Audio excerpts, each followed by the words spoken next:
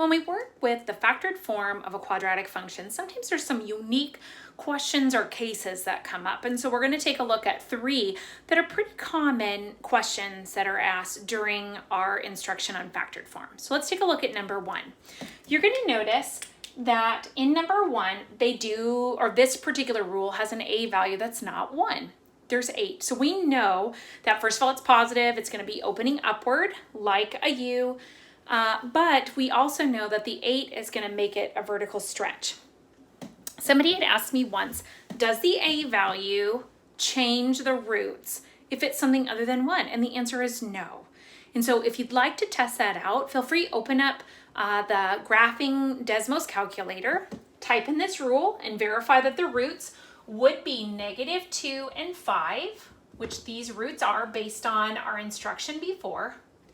Then what I would like you to do is change this 8. Keep everything else the same, but change the 8 to a 2 or change the 8 to a 1/2 and see, do the roots change? They should not, okay?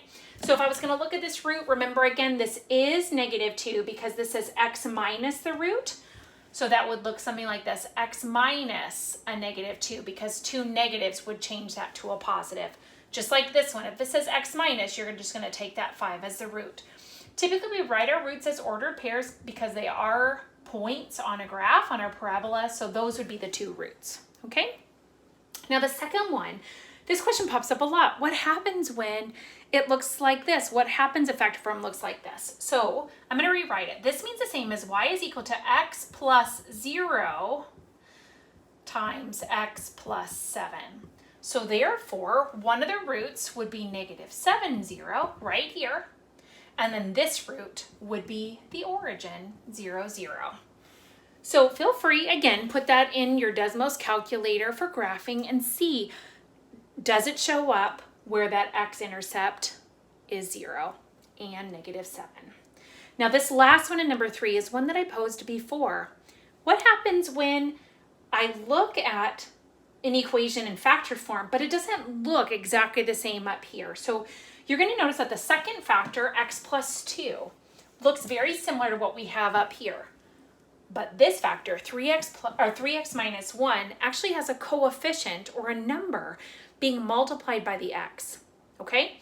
Now, I know that this factor is going to produce a root of -2, 0. I know that that's going to be one of my x-intercepts. But this other one, we have to figure out how to solve.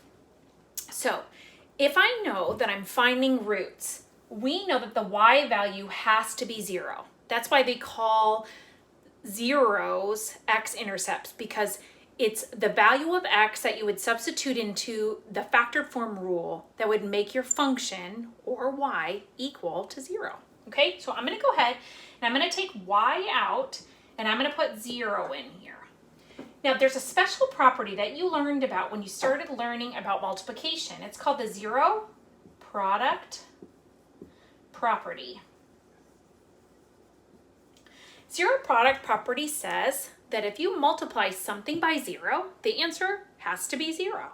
So if I look at this, whatever this number would happen to be and this number, if I multiply 2 quantities together to get 0, I know that this has to be 0 or this particular factor has to be 0. Because I already know what the root is from this factor, I'm going to just do this for this factor right here.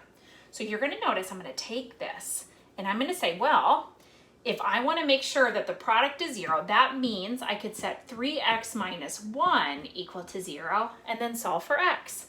I'm going to go ahead and do that now. I'm going to add 1 to both sides to get 1 is equal to 3x. And then I'm going to divide both sides by 3 to get x is equal to 1/3. You're going to notice that the root here is not an integer anymore, like the other roots that we've been doing.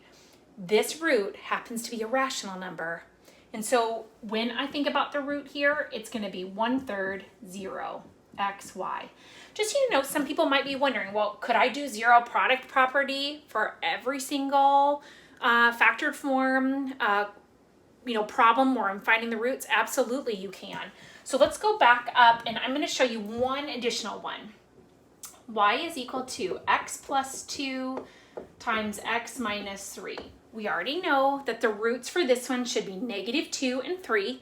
But if I wanted to verify using that zero product property, just like I did down here in that special case, all I would have to do is take out the y, substitute in 0, because again, we are trying to find the roots or the zeros of these functions. And remember, the y is always 0 in every single one. Then what I would do is I would do 0 is equal to x plus 2, and then I would do 0 is equal to x minus 3. This is going to help me identify what my roots are. I'm going to subtract 2 on both sides to get x is equal to -2. And on this side, I would add 3 to both to get x is equal to 3. And sure enough, those are my two roots. Remember, the zero product property tells us that if I have two numbers multiplied together and the product is 0, we know at least one of these factors is going to be 0 or both.